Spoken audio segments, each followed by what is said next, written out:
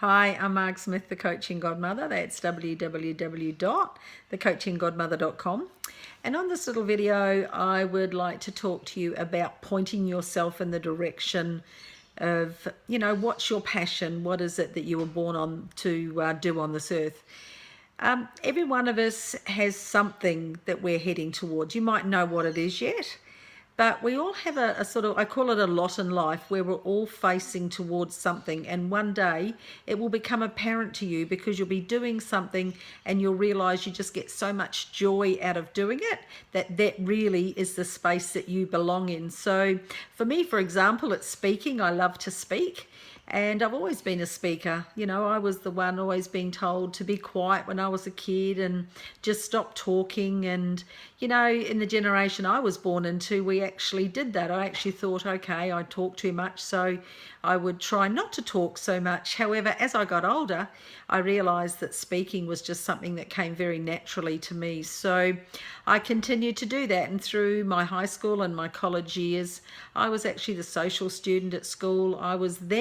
The voice that I had was then used by the school to actually go and represent the school and speak in front of the school. And whilst I was never an A or B student, I was a kind of a B minus C student, I was the very social student. So I did all that kind of thing at school. I opened up the first shop at school, so we could buy ice creams and potato chips, and I ran the Friday night dances. So the voice that I found when I went to high school was put to use that way. And as I got older, people always sort of gravitated towards me and asked me my advice, and they seemed to enjoy what I had to say or liked what I had to say, and I was always being asked things. So I was always talking, and it wasn't until a few years ago that somebody actually said to me, you should speak for a living because it's what you do, and it's easy for you to do it and you're not uncomfortable. And that's sort of where my speaking business was born from.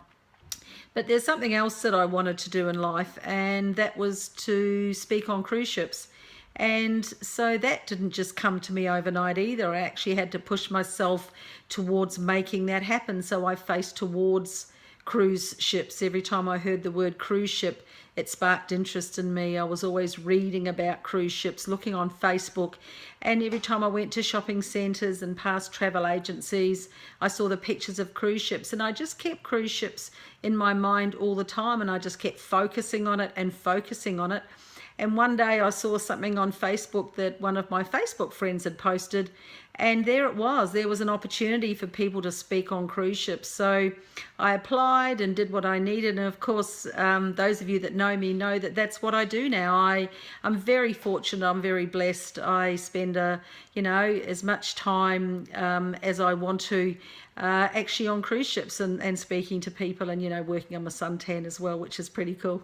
So there is something for each of us in life. Like I say, mine is to speak. I love to speak. I do all sorts of speaking engagements. I love to talk about the things in life that I've experienced. I particularly like to talk about all the years I spent as a caregiver working with the disabled, so quadriplegics and physically and intellectually challenged teenagers and young adults. I really enjoy getting up in front of crowds and conferences and speaking about all the years that I did that. It was a very special time in my life. So find what it is that you love doing. Find what it is that makes your heart sing. Point yourself towards it and just keep pushing towards it. And one day it will appear in front of you, but it's not going to appear if you actually don't point yourself toward it. So don't turn your back towards it. If it's something you want, go looking for it, search for it. Everything that you do revolve your whole life around it. If you want it badly enough, it will come to you, because once you've got it in your subconscious and you believe that this should be yours, it will come to me. It will come to you. Let me assure you it does. So find your passion, go out there, do it, make your life the great thing that you've always wished it would be. I did.